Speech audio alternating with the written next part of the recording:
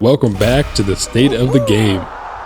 This is episode 6, and damn, I'm a whole episode behind. So instead of trying to do 2 episodes this month, I'm gonna do 1 half-hour long early summer special. By the time this video is uploaded, Mediatonic should be just about getting back from their 2-week summer break and be ready to at least drop some news about update 11.1, Fall Guys Mobile, Fame Pass 12, or anything else that we players have been yearning to hear about. There will be no theme for this episode, as I want to address as much as possible before that potentially huge update. Here are the timestamps, and there are a lot of them. Starting with this episode, there will be a much more cohesive run through of topics for state of the game. In order to do that, I'll be adding 2 new segments. I don't want to spoil them on screen, so they'll be called new segments 1 and 2, but if you really want to know what they're called, you can head to the description or just skip to them. I think they're going to make the episodes flow a lot better, and I think that they'll be worth the wait. So with that, let's get started.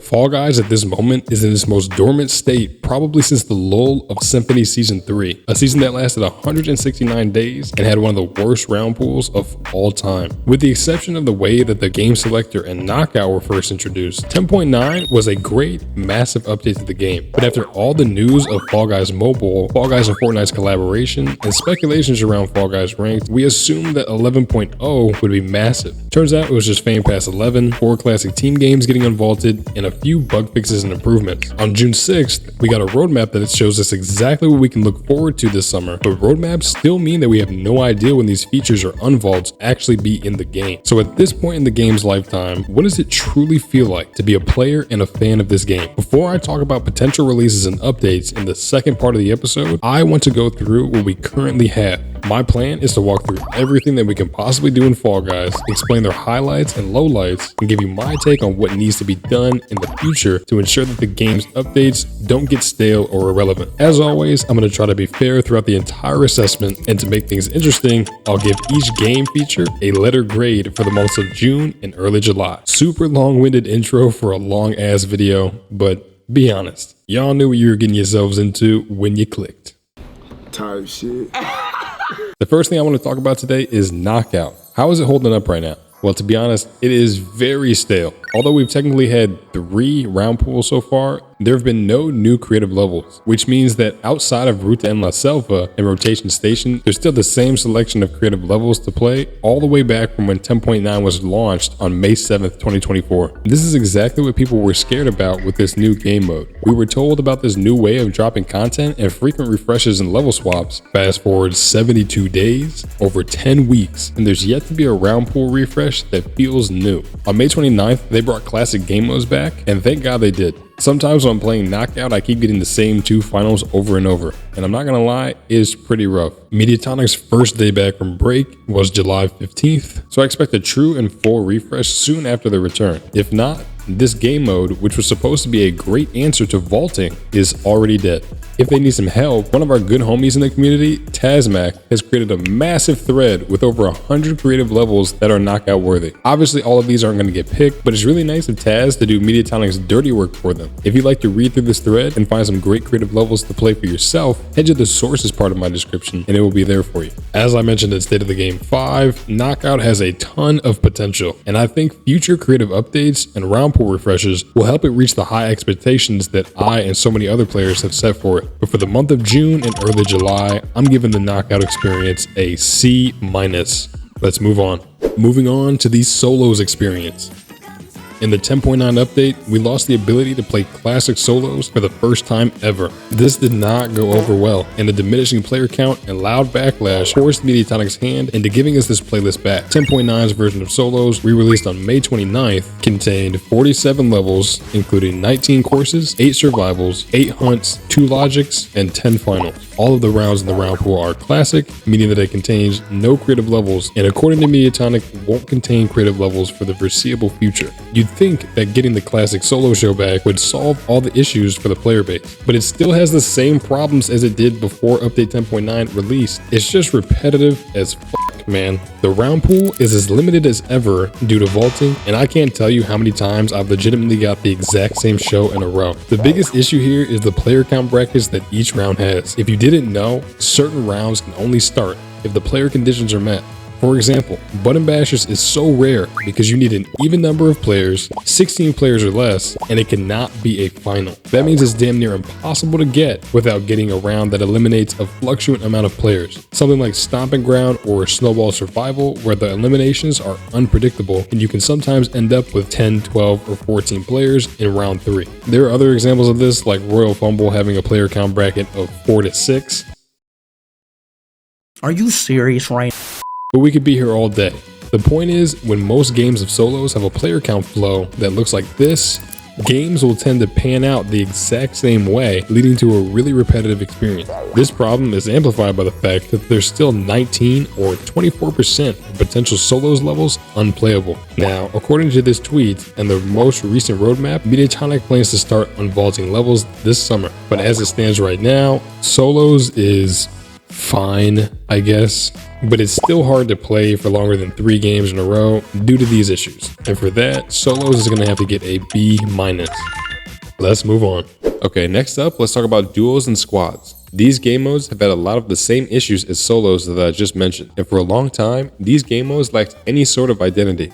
Because of the decision made in 10.9 to make all round pools the same initially, it made games across all 3 of these shows repetitive as hell. The same round pool experiment from 10.9 did not last long either, as duos and squads have had 3 major changes since then. On May 15th, the solos exclusive classic levels like Leading Light, Airtime, and Tail Tag were replaced by team game alternatives. On May 29th, all creative levels were removed from their round pools and more classic levels filled those gaps. And finally, on June 11th, 4 classic team games were unvaulted and added to both duos and squads. So with all of those updates, here's what the round pools of duos and squads currently consist of. I'm really happy to see Mediatonic getting back to what makes duos and squads.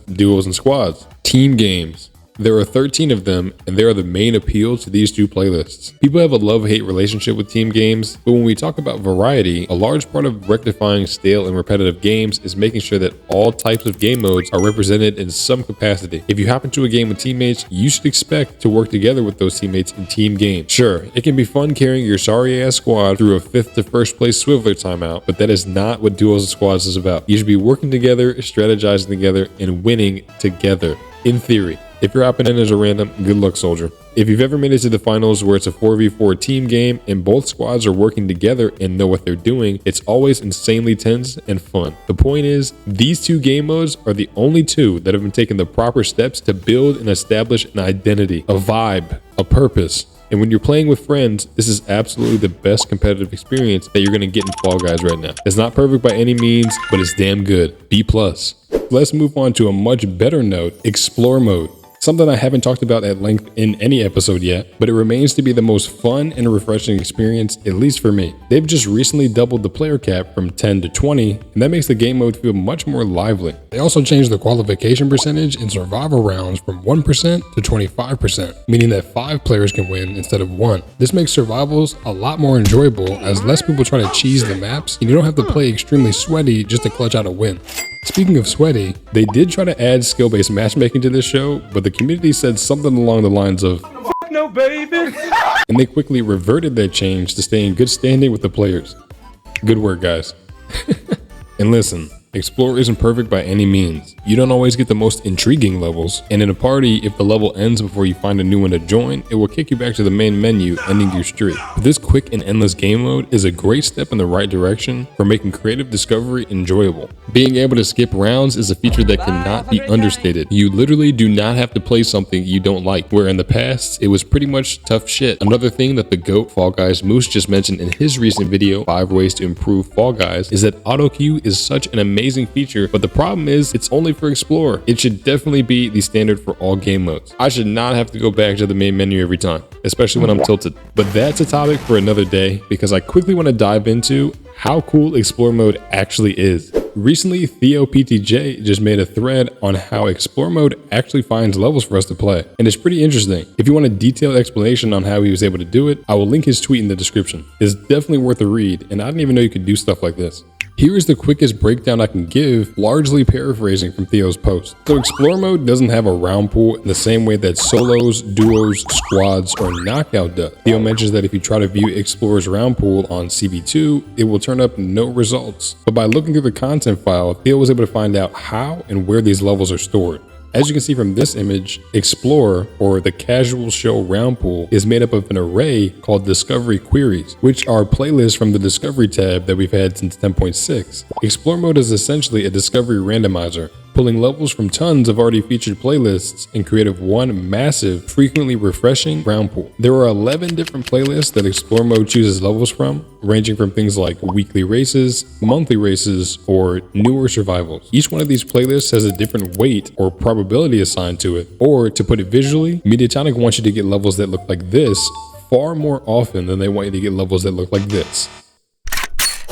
It's the biggest piece of dog. Each of the playlists has 100 levels in rotation at any given point, and as you can see from the names of the playlists, there are 5 categories: newer, daily, weekly, monthly, and quarterly, and they all have both a races playlist and a survival playlist. There's also an extra playlist called Explore Monthly Spice, which is essentially just a variety playlist that has a lot of things like art, kaizo, puzzle, and hangout levels, whereas the other playlists have more standard races or survival levels most of the time. Theo says it's most likely just an extra playlist for Mediatonic to add their favorite levels from month to month, and just to add another level of variety or spice, if you will. If you head to the CV2 website, you can see every level that is currently running in Explorer. If you're wondering why your level's play count just skyrocketed overnight, you can most likely load up this website and find your level featured somewhere in here. The link is in the description, and once again, thanks to Theo PTJ for this awesome information. Now, yeah, a lot of you probably don't care about any of this, but I think it's cool to see Mediatonic use a feature they've created to bring us a new game mode of the likes we've never seen before. I remember how busted and dysfunctional the discovery page was back in update 10.6 when it was in beta, and honestly, all the way through 10.8 as well. Fast forward a few months later, and the discovery page facilitates one of the greatest new game modes in the history of Fall Guys. It just goes to show you that there could always be a bigger plan for things that we don't know about. In long-winded conclusion, Explore mode is the perfect balance of casual and competitive gameplay. Shout out to Mediatonic for working so damn hard on this. This is the first and well-deserved A grade. With the Drought and Knockout, and the overall staleness of the classic game modes, at least for me, LTMs are supposed to be the place you go when you need a quick and competitive mix-up. But unfortunately, since the 10.9 or Fall Forever update was released, we are no longer getting limited time game modes weekly. Let's really talk about the decision for a minute and allow me to paint you a picture, because you know me, when it comes to creative mode in this game, I'm a wholehearted believer, advocate, and supporter of it. Well, on May 21st, 2 weeks after Mediatonic replaced solos with Knockout and removed the variety associated with duos and squads, we're given Extreme Squads as the first LTM in 14 days. Yet all of a sudden, lobbies are filling up like crazy. People were rushing to get as many games of this in as they possibly could before the LTM was removed on May 28th. There were tons of levels that were just not present in the core games anymore that were available in this playlist, such as Party Promenade, the Slime Scraper, and Lily Leapers, just to name a few. It was clear that after 2 weeks of the most stale competitive core game experience, players were itching for this variety. Mediatonic had their answer at this moment. This LTM is the reason that core shows came back. There is no doubt in my mind that Mediatonic saw the numbers Extreme Squads was getting, because 1 day later, on May 29th, all 3 classic shows were added back without the creative levels that they previously had. All of that babbling to say this: variety trumps all. This game is very repetitive, and the only way to break up that monotony is with the use of limited time modes. On June 25th through July 2nd, we got Fall Ball Cup as the second LTM since the Fall Forever update. And as much as I know how the community feels about this limited time mode, this is the worst. It was at least refreshing to play a few rounds of fall ball with friends and getting some nice shots on goal. This is what LTMs do for the game. They add an extra 15 to 60 minutes of content or playability to the game every day for you to experience. It might not seem like much, but LTMs are something players can count on to be a change of pace from what is otherwise a pretty stagnant game. I really hope they reconsider this decision and bring us LTMs back weekly. Right now, I have no choice but to give the LTM situation a D+, and that's being generous. Let's move on.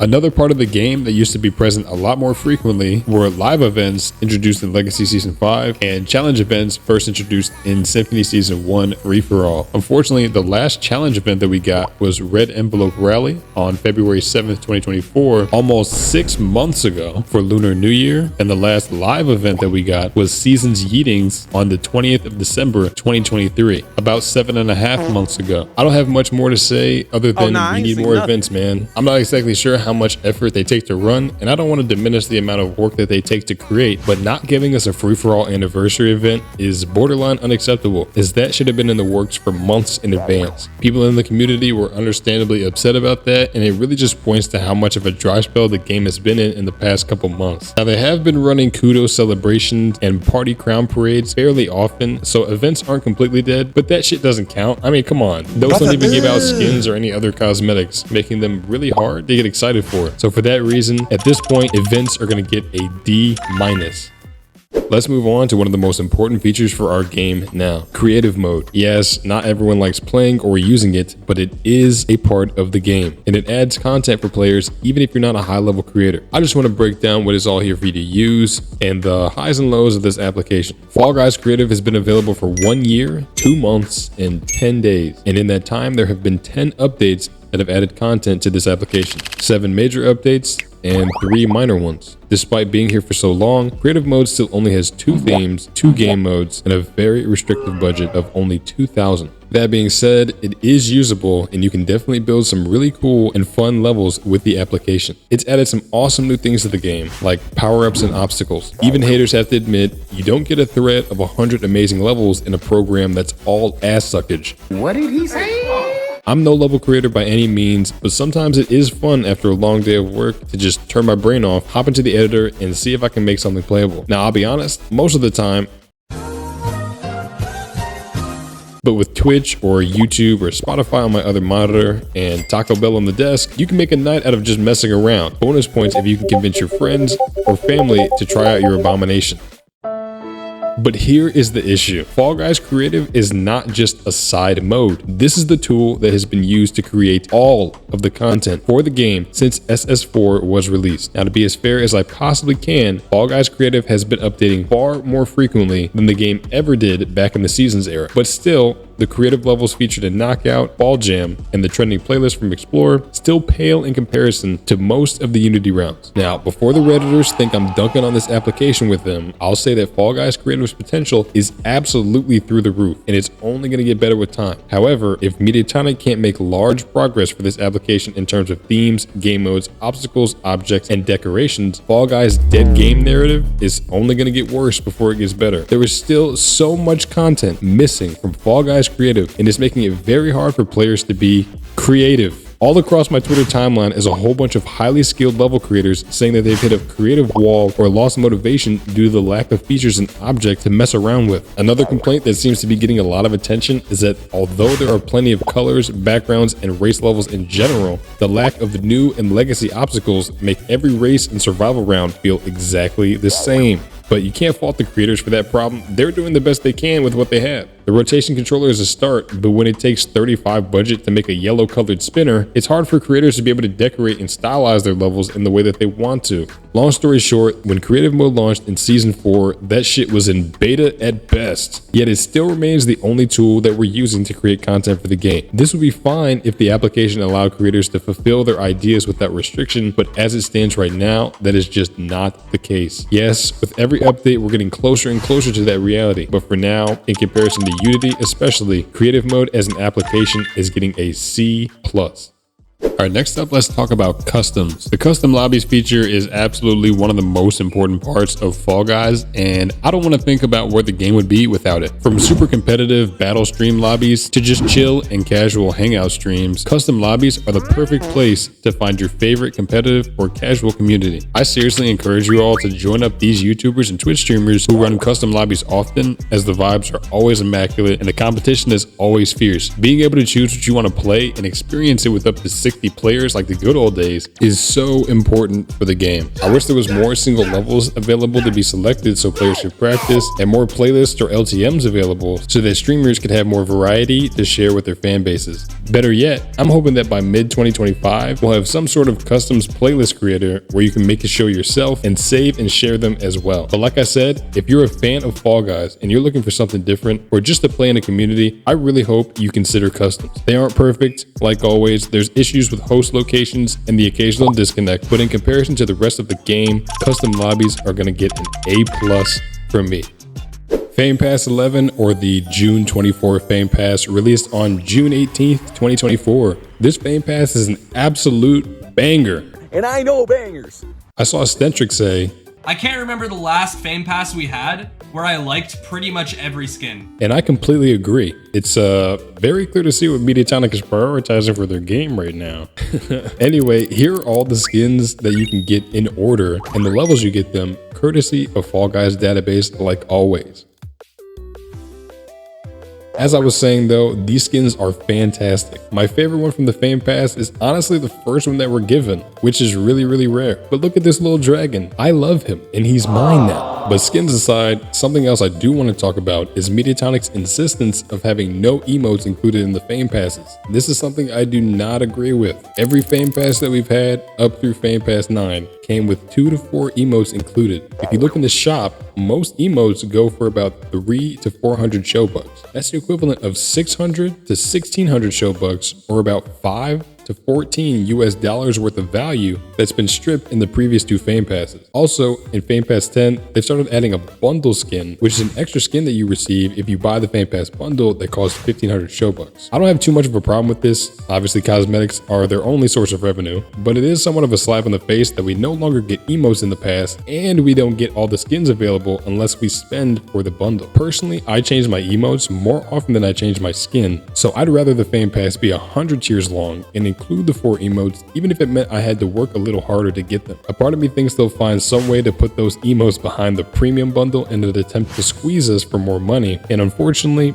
my ass will be buying. Anyway, overall, the Fame Passes, outside of a few unfortunate losses of value in the recent ones, have been nothing but spectacular for the price. A+. So there are all my rankings for what's currently available to play, experience, and grind for in Fall Guys. There are bright spots, but there's definitely some dull spots as well. I really think this game still has tons of potential, but content droughts like this always leave sour taste in the community's mouths. Overall though, I believe with time, and especially towards the end of this year, the entire narrative and experience around Fall Guys and its creative mode will change drastically. The biggest reason I went through everything is to remind everyone of just how much content the game actually has and how tough it can be for a small development team like Mediatonic to make sure that they don't skimp on certain areas or features. I'm not absolving them from all the responsibility of the state of the game. They definitely don't have a squeaky clean track record of decision making this year, but just remember that good things take time. We've been getting really cool new features, and with plenty of releases on the way and tons of promises from the roadmap, we're still in for a big second half of the year. And with that is the perfect time to move on to part 2 of this episode and our first new segment of State of the Game. Let's go. In an attempt to have a more cohesive style in the series, I'm adding a new segment for State of the Game starting today and moving forward. I'm calling it Release Radar, and I'll use it to talk about things that are in Fall Guys' future, such as Fall Guys Mobile, Fall Guys Ranked, the Fortnite collab, and anything else that appears on the Release Radar in the future. It won't always be this late into the episode, but it will contain leaks, so if you're not a fan of spoilers, then I would suggest clicking off the video now. In a recent content update, 4 official Fall Guys team tutorial levels have been added to the game. This is a huge green flag for the status of Fall Guys Mobile, but it also allowed leakers to do a little bit of digging to figure out what exactly we can expect from tomorrow's update. From the looks of these posts from Perry Parrot and FG Muffins, we can expect the following: hex code color selection, meaning that there will be a vastly increased amount of possible color palettes to create, invisible objects, which should help the use of the dreaded invisible elimination zones, collision toggling, which will probably be helpful for objects that clip clip into one another, rotation controller improvements, including an increased amount of linkable and compatible objects, as well as new settings for it, and physics properties, such as the weight and ledge grabbing toggles of basic objects. Hopefully we get some new obstacles as well, but that's a solid list of expectations. The names of the 4 tutorial levels that help find these are Welcome to Fall Guys, Digital Highway, Treetop Rollers, and Blunderboat. Once again, making it very clear that Fall Guys Mobile is right around the corner. So let's talk about it. We just recently got some leaked images for Fall Guys Mobile on June 30th. These leaks come from NotJulesDev and Empty2001 on Twitter. They show us what gameplay will look like, what it looks like in the Epic Games mobile launcher, and the key art that they plan on using as well.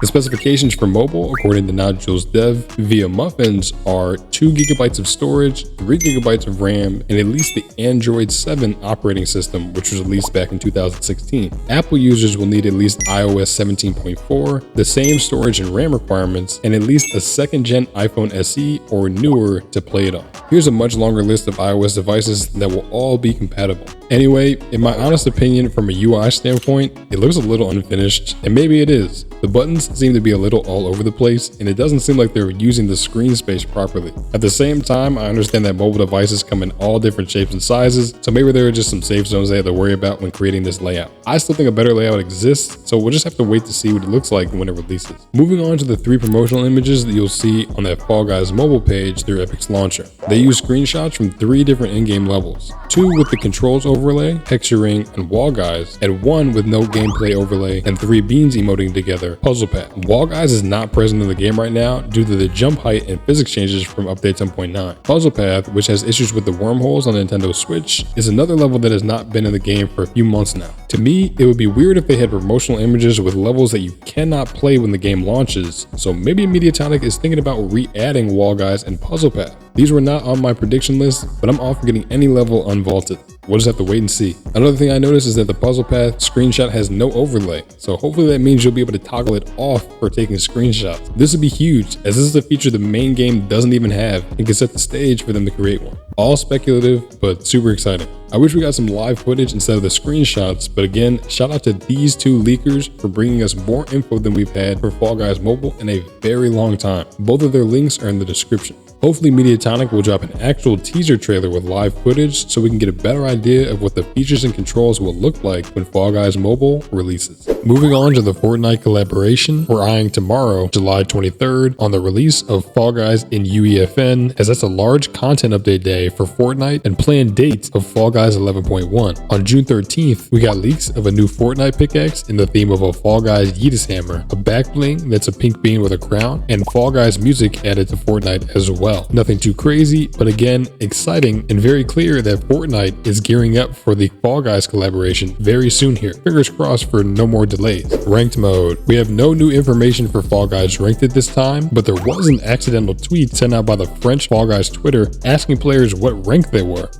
If it was a scheduled tweet, it seems like ranked mode was supposed to be out by now, but maybe we're reading too deep into it. In other news, the latest release of Stumble Guys version 0.75 has ranked mode. Kind of sucks that they keep beating us to the punch on the certain features, but maybe this will light a fire under Mediatonic and Epic Games to get competitive and finally release a ranked experience for our game as well. Fame Pass 12 was leaked on July 3rd from an accidental early Vimeo post from one of Mediatonic's staff members. It seems to have a time traveler Jurassic type theme with dinosaurs, volcanoes, and this monocle dude. I don't know. It seems really cool, and we should get to see it tomorrow. I think the craziest thing about all of this is that people still use Vimeo in 2024. And last but not least, for release radar, the newest roadmap, summer 2024, is here. If you haven't seen it yet, here it is. And if you want a full breakdown and predictions video, click the first link in the description. Starting in the next episode, we'll keep coming back to it and go over what we're still waiting on. It'll be interesting to see what tomorrow's update will cross off the list. Now it's time for the second new segment that I'm adding to State of the Game, and I'm calling it Concept Corner.